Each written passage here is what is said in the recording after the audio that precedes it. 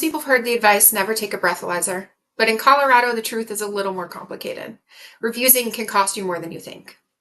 Hi, I'm Ashley White, a senior criminal defense lawyer with Baker Law Group. So let's talk about what happens if you refuse a breathalyzer test in our state. In Colorado, we have what's called express consent law. That means the moment you drive on Colorado roads, you've legally agreed to take a chemical test, either blood or breath, if a police officer arrests you for DUI and has probable cause. If you refuse the breathalyzer or blood after arrest, here's what happens. Your driver's license will be revoked for at least 1 year, even if you've never been charged before.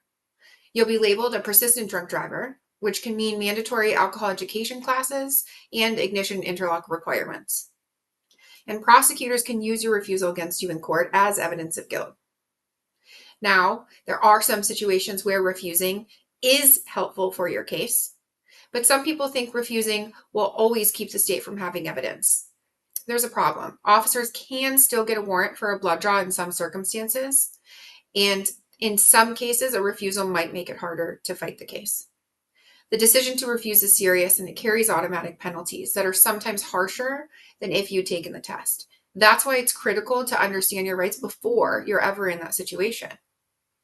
If you've been arrested for DUI in Colorado, whether you refused or not, you should get legal help immediately. At Baker Law, we know how to challenge the evidence, protect your license, and fight for your future. Call us today to schedule a confidential consultation because your defense starts right now.